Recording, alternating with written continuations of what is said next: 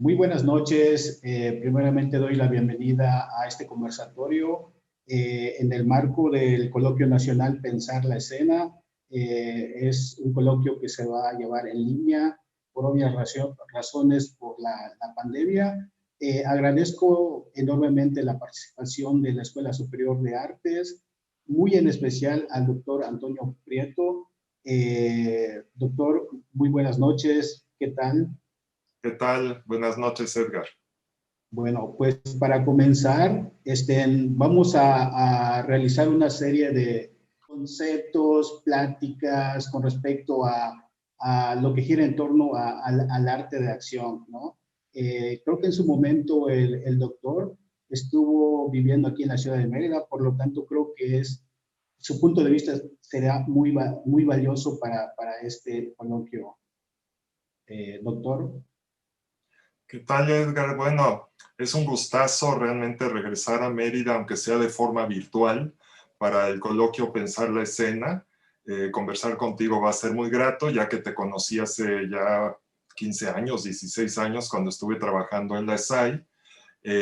Y también estuve trabajando con Shail, con Ana Marrufo, a quienes también agradezco muy particularmente esta invitación a conversar con estudiantes y docentes de la ESAI, que yo estaba tratando de hacer memoria y creo que fui profesor de esa primera generación de teatro y ahora no sé en qué generación vayan, pero pues es siempre uno aprende del diálogo con los nuevos artistas en formación. Yucatán y Mérida en particular siempre ha sido muy vital, muy importante en la escena nacional, justamente del teatro, de la danza y pues también del performance, aunque tal vez no se sepa tanto este legado, esta genealogía, esta historia del performance entendido como arte-acción en Yucatán, ¿no? Pensando un poco en el futuro, ¿no? O sea, ¿qué es lo que se espera, por ejemplo, de todo este movimiento performático después de la pandemia? Esto es algo que podríamos ir en lo que nos queda de la charla dialogando en relación al ejemplo que les traigo de Elvira Santamaría. Primero quisiera compartir algo que creo que es útil como para pensar el arte-acción desde un principio y que llamo el ABC del performance. Esto es como ir letra por letra pensando que, por ejemplo, el performance implica acción, implica acontecimiento, afecto, que es lo que decía hace un rato en cuanto a las prótesis afectivas, y este término artivismo que implica una relación entre la estética y la movilización política, arte y activismo.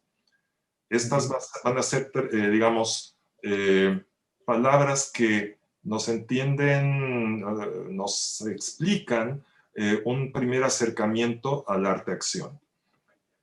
En la letra B podríamos ubicar biografía y biopolítica. Biografía, es decir, el arte-acción muchas veces justamente trabaja con la historia personal. Pero como dice el movimiento feminista, lo personal va a ser político. Entonces, el artista de performance, el performer, la performer, trabaja el cuerpo y la historia personal en relación a la colectividad. Biopolítica, este es un término que propuso el filósofo francés Michel Foucault hace varios años cuando hablaba de cómo las instituciones médicas, por ejemplo, carcelarias, incluso escolares, académicas, vigilan los cuerpos, los clasifican, los controlan y en ese sentido ejercen biopolítica, como lo que sufrimos en los últimos ya casi 8 meses, vamos para el año, ¿verdad? Ya pronto, de una pandemia en la que hemos visto claramente cómo las empresas y los gobiernos están trabajando el control de los cuerpos. Esto es la biopolítica, ¿no? Entonces el artista, el performer, trabaja muchas veces con esto, cuestionando las biopolíticas de cómo nuestros cuerpos son afectados por las instituciones, por las ideologías, por ejemplo, el patriarcado, el falocentrismo, todo esto que ha sido trabajado por el performance feminista. La C, evidentemente, contiene los términos cuerpo, concepto en el sentido de que el arte-acción es un arte conceptual, que trabaja las ideas, ¿no? Más que textos dramáticos, va a trabajar y poner en cuerpo conceptos. Y cuestionamiento en el sentido de que es un arte contestatario, que constantemente cuestiona su propia realización y las estructuras de poder que lo rodean. Vamos a continuar con C, después de la C, con D, porque a veces parece como un cliché decir que el performance es un arte de desnudos, ¿no?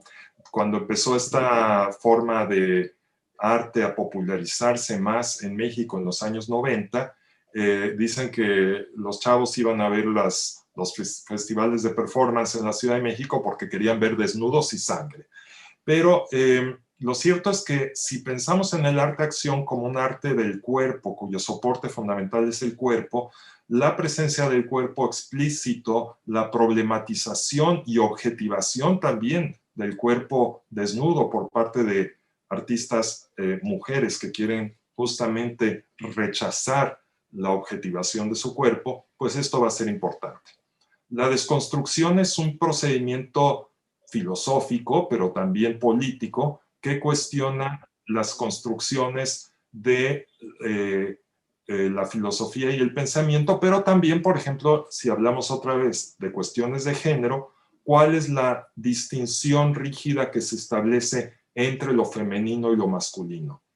O si nos vamos al nivel de política internacional, ¿cuál es la división que hay entre norte y sur, oriente y occidente?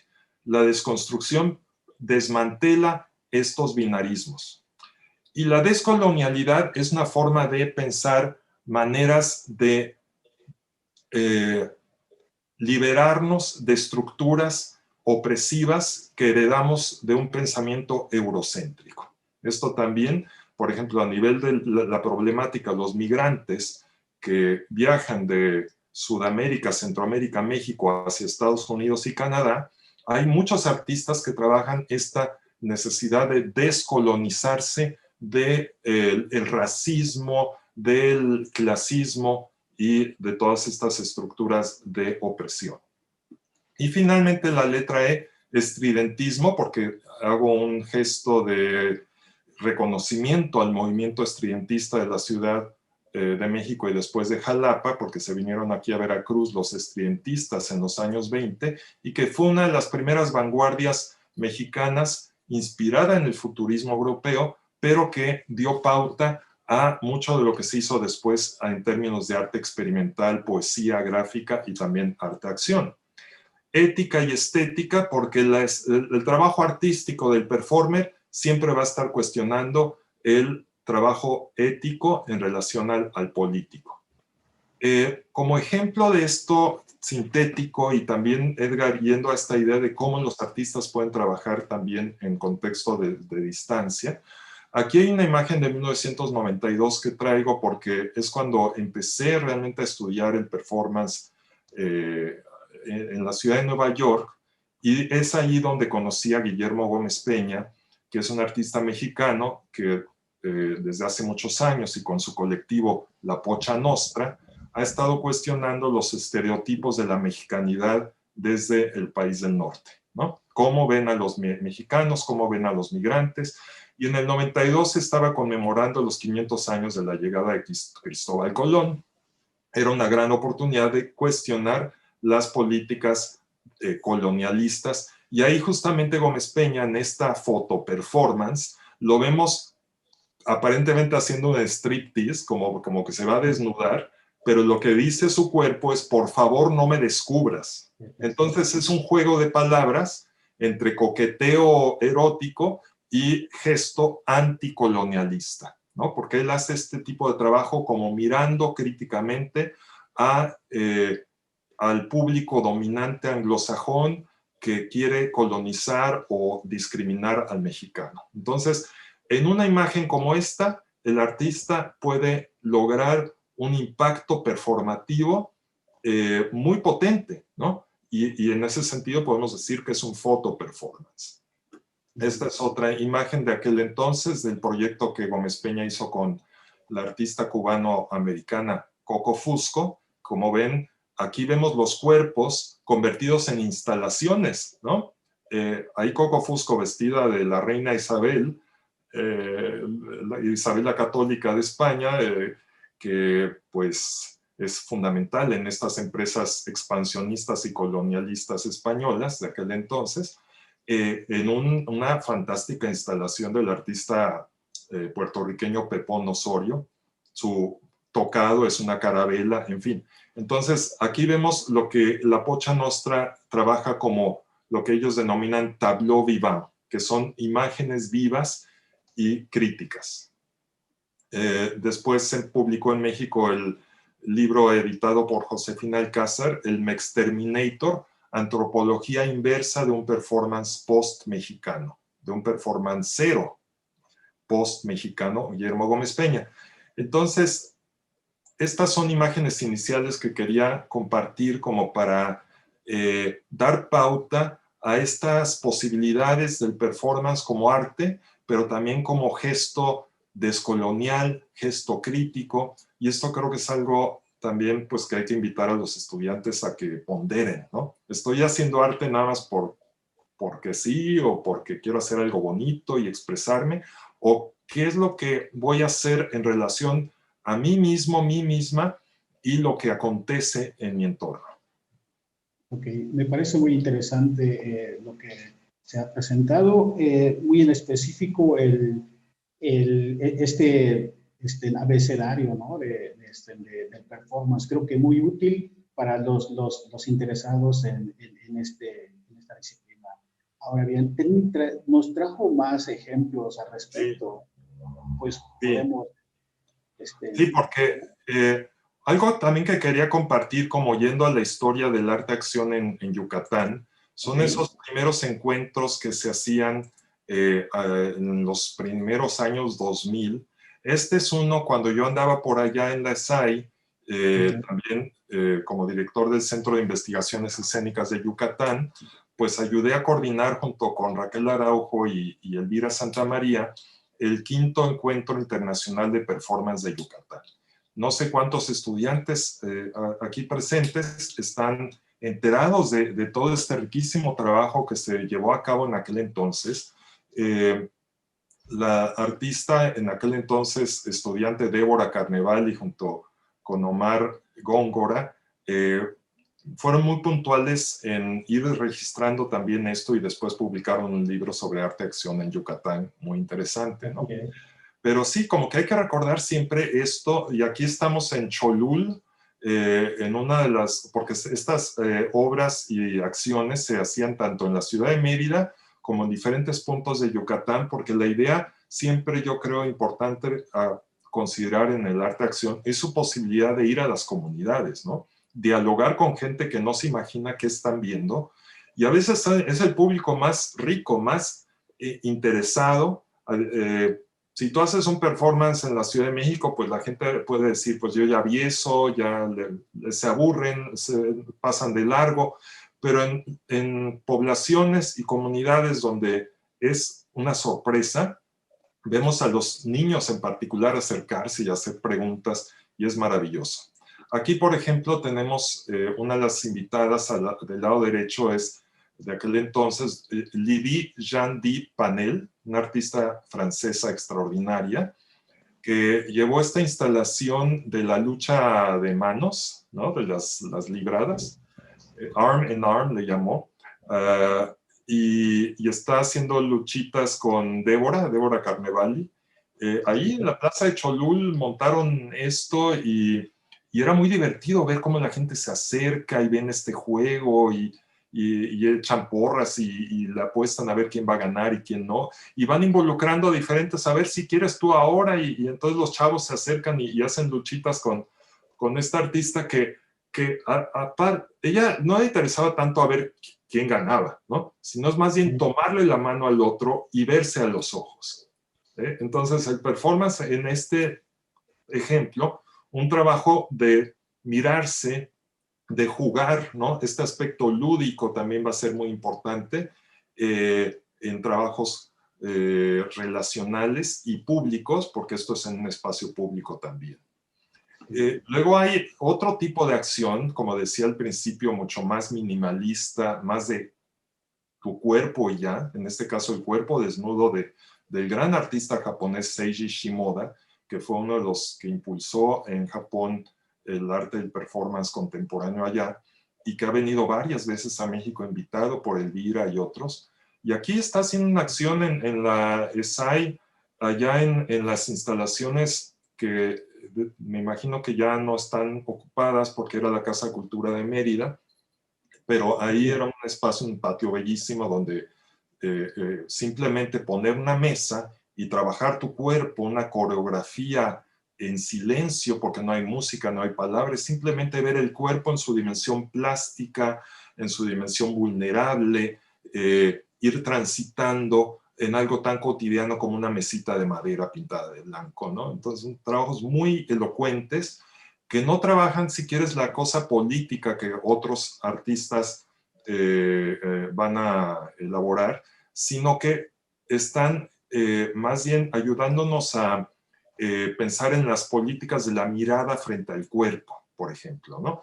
Y también la cuestión fenomenológica, cómo percibimos al cuerpo en relación al espacio, al movimiento, y tiene que ver pues con una dimensión coreográfica y dancística quizá también.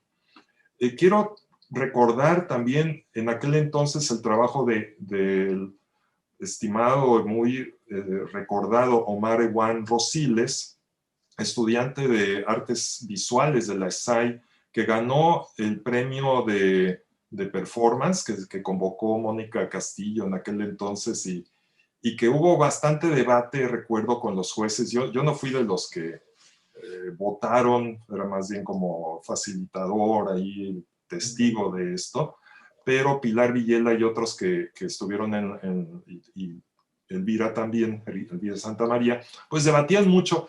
Elvira decía, es que el performance es arte del cuerpo presente, tiene que ser cuerpo presente. Esto no es un performance, es un video, decía ella.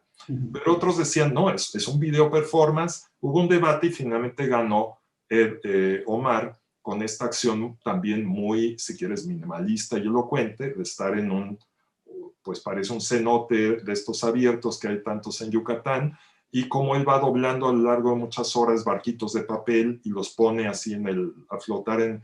Entonces una imagen muy plástica, muy bella, es como un cuerpo vulnerable, solo, haciendo algo enigmático, no sabemos qué es. Y el enigma, el poema accional es parte de también un tipo de arte-acción. Lamentablemente Omar falleció unos años después de problemas de salud, pero su huella como uno de los primeros estudiantes que incidieron en el arte-acción, como tú también, Edgar, en aquel entonces, va a ser muy importante. Aquí en la derecha vemos a Elvira, que es una de las que coordinaba estos festivales y convocaba a estos artistas, también de Europa, por ejemplo, Black Market International, que es otro tipo de artista muy importante. Y pues quiero seguir aquí con algunos ejemplos del trabajo de Elvira Santamaría, porque creo que también ayuda a los estudiantes que no conocen a su trabajo ver las posibilidades poéticas y plásticas del cuerpo en relación al espacio específico. Y aquí Elvira está en la ciudad de Bogotá, caminando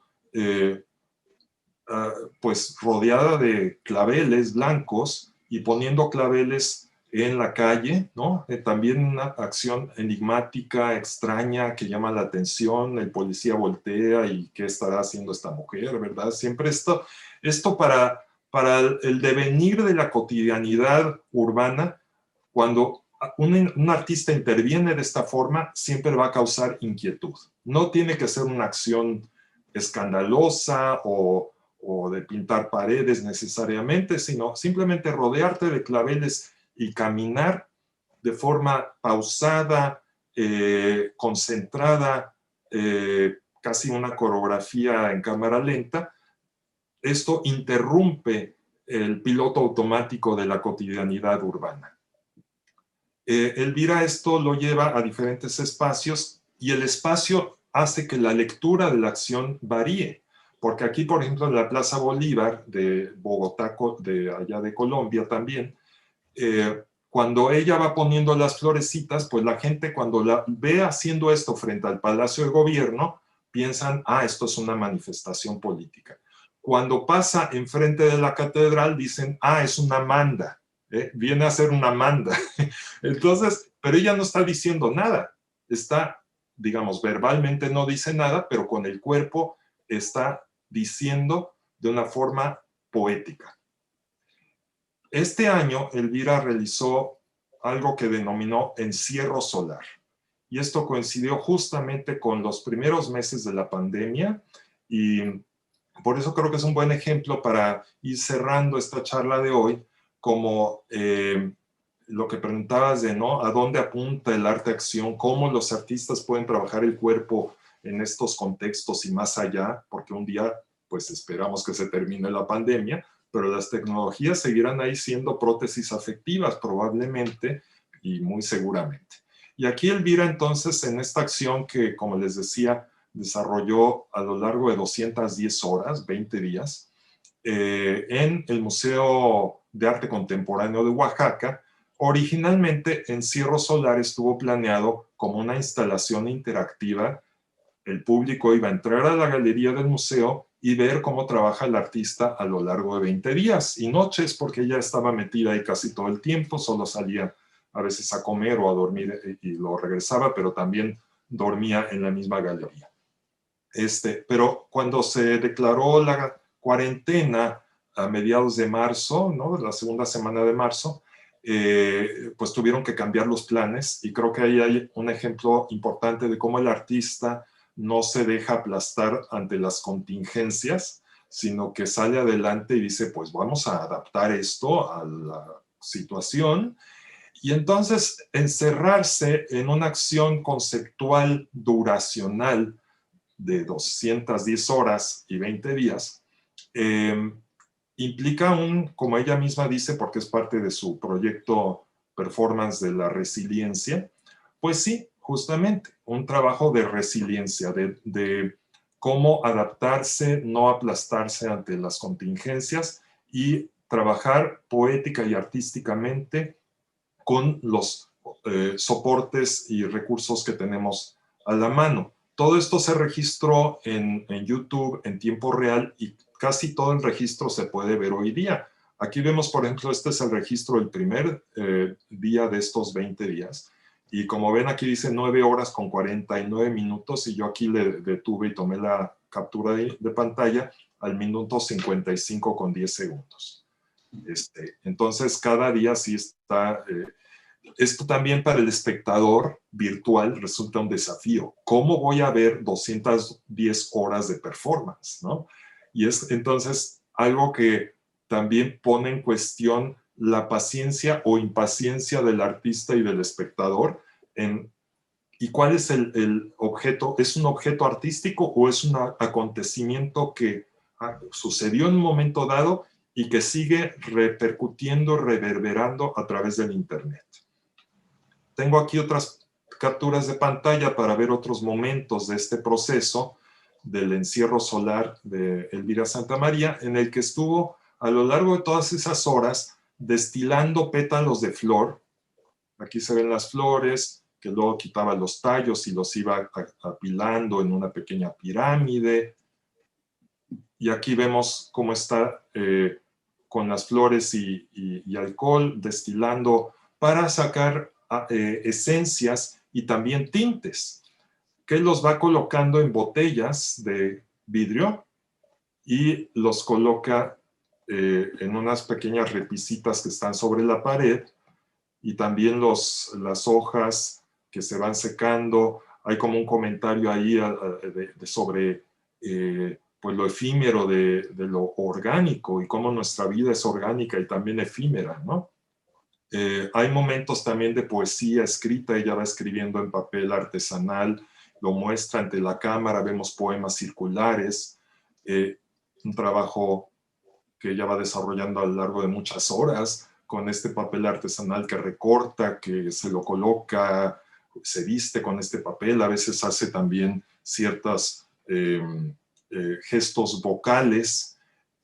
Es un trabajo, como ven, a la vez corporal, plástico, espacial, y que para Elvira fue una forma de resistencia ante las instancias biopolíticas justamente de la pandemia. Aquí está simplemente sentada, reflexionando, aquí está acostada, durmiendo. Entonces también hay un performance que la teórica Diana Taylor habla de la performance quieta, ¿no? La acción que no hace nada, aparentemente, pero que es una pausa que nos invita a reflexionar sobre cómo los procesos corporales y políticos tienen una duración y tienen también una forma de pues, ir más allá de la acción, sino que también hay inacción, también hay inmovilidad. Esta es cómo se ven las botellitas colocadas en la pared y ella trabajando con el papel artesanal, como decía, haciendo este tipo de pues, instalación conceptual performativa del encierro solar. Ok, pues wow, todo un discurso muy bueno y con imágenes muy interesantes. Bueno, también como para ir cerrando, creo que tengo que hacer esta pregunta, que es precisamente la relación que existe entre política y performance, ¿no? Y también creo que nos trae un ejemplo muy preciso al respecto. Sí, pues como tenemos poco tiempo, nada más voy a hablar brevemente. Ameritaría toda una charla en realidad, pero creo que un ejemplo contemporáneo fundamental de un artista que trabaja diferentes ámbitos de lo político es Lucas Avendaño. Lucas Avendaño es un estimadísimo colega mushe de Yucatán, perdón, de Oaxaca. No sé si ven aquí su imagen. Esta es una acción que trajo a la Universidad Veracruzana, lo invitamos a un coloquio de artes escénicas en el 2012 y trajo Requiem para un alcaraván. En Requiem para un alcaraván él está abordando pues justamente esta identidad muy particular dentro de la cultura zapoteca que ha sido denominada mushe, ¿no? Él habla de la musheidad. ¿Y qué es esto? Es pues sujetos varones en principio, pero que transitan entre lo masculino y lo femenino, ¿no? A través del travestismo, a través de una identificación con una diversidad sexual, hay esta particular forma de corporizar el yo, como dicen los zapotecos, en su dimensión mushe, ¿no? Entonces Lucas trabaja esto en esta obra de Requiem para un alcaraván que él denominó danza performativa. Y creo que esto también hay que decir, artistas como él trabajan en la dimensión coreográfica. Tiene Lucas justamente un entrenamiento en danza folclórica y también danza contemporánea, a la vez que estudió en la Universidad Veracruzana antropología. Entonces él es antropólogo, bailarín, y combina esto en un auténtico trabajo de danza performativa, porque no es nada más la dimensión estética, sino es la dimensión cultural y sexual. Aquí vemos otros momentos de esta coreografía en la que va, digamos como aquí, ¿no? Lo vemos haciendo una danza folclórica muy bella, pero es esta dimensión entre masculina y femenina, que hoy se denomina también con el término queer, con Q, Q-U-E-E-R. Es un término que se ha usado en las movilizaciones sexodiversas internacionales y que justamente habla de esta desconstrucción de las divisiones de género. Pero a la vez que es muy estético y bello este trabajo, también tiene esta dimensión de dolor, el requiem al que se refiere la obra, también tiene que ver con este dolor del sujeto que que es sometido a ciertas políticas y a ciertas discriminaciones. Hay un momento de la obra muy interesante en que Lucas se acerca al público con los ojos vendados y toma a alguien, en este caso es un estudiante, y se ponen pues a bailar, y hay una escena de la boda mushe, ¿no? Es como hombre y hombre o sexo diverso en matrimonio, ¿verdad?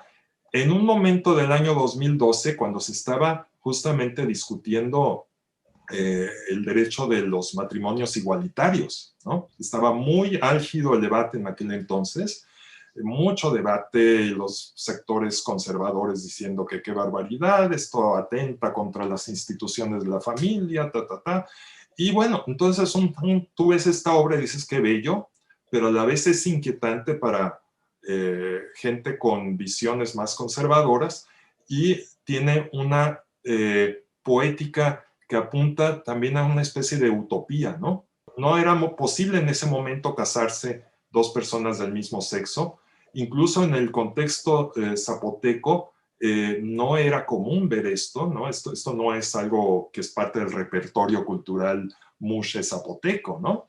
Pero Lucas lo pone en escena como una posibilidad, apunta a algo que es poético y a la vez político.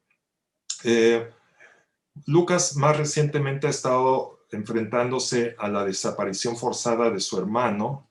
Tengo aquí unas acciones, con esto cierro brevemente, y después puedo compartir trabajos que hemos estado haciendo al respecto de sus instalaciones y acciones políticas para unirse a todo este reclamo social en México, para pedir justicia en torno a los desaparecidos, ¿no?